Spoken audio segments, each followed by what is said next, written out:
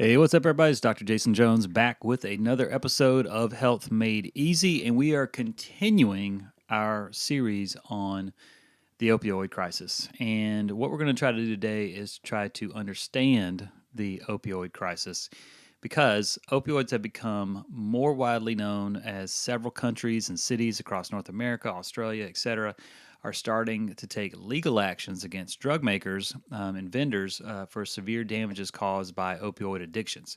Because I can tell you, when you start seeing lawyer and attorney commercials for something, they don't work for free, and they certainly are out for serving their client and helping them with these things because it is for real.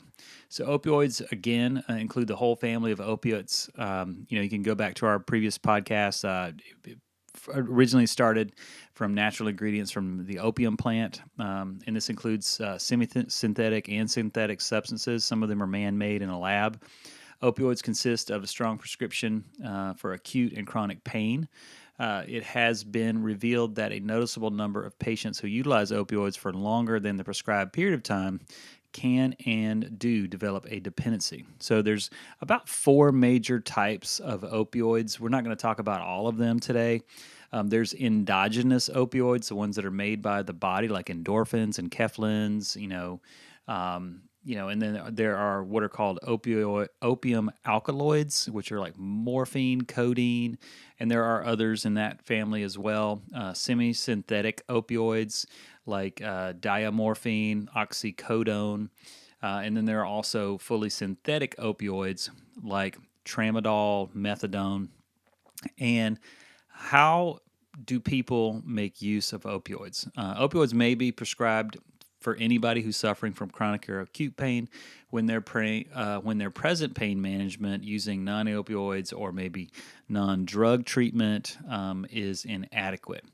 And an opioid use disorder is the medical terminology for opioid addiction. Opioids are extremely addictive since they stimulate and discharge endorphins within the brain. An individual may feel compelled to enhance their dosage or look for illegal means for obtaining opioids like heroin in the situation where they feel like they just can't get relief from taking the opioids or they can no longer fill their prescription. Then they turn to things like heroin. And then that brings on the opioid crisis, which is, the broad scale of prescription opioid distribution from 2007 to 2013 is to come in at about 76 billion opioid painkillers. Rural areas with low income have been hit the most. Things like West Virginia, Kentucky, typically considered to be a problem even in the Midwest. But honestly, we see the rate of opioid disorders and overdoses rising even in the eastern part of the United States and really all across the United States. The death toll caused by overdose in the United States was about 70,000 in 2017, with about 47,000 of those being linked to opioid addiction. And it's typically accepted that the rates of opioid abuse are underreported and also underdiagnosed. Synthetic deaths as a result of opioid overdose are now greater than the number of heroin deaths in the United States. This shows that the manufacturer of the drugs, including things like cocaine and methamphetamines, are now basically ruined with things like opioids, or ruined with opioids like fentanyl. So it's estimated that a staggering 400,000 individuals have died in North America due to opioids since 1998.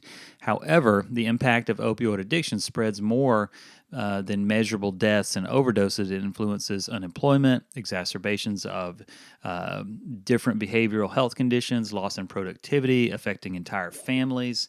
And when it comes to preventing opioid addiction and overdose, there are a few things that we can do to tackle the problem.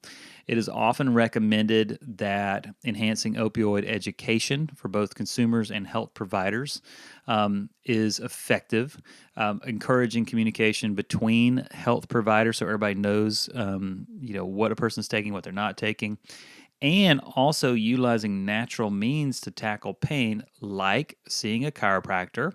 And the reason that I say that is because it is commonly known that people who have things like back pain and neck pain typically will go see a chiropractor. And based on the fact that 59% of all opioids are prescribed for back and neck pain, it just makes sense that they would at least try a chiropractor first, try a conservative route first.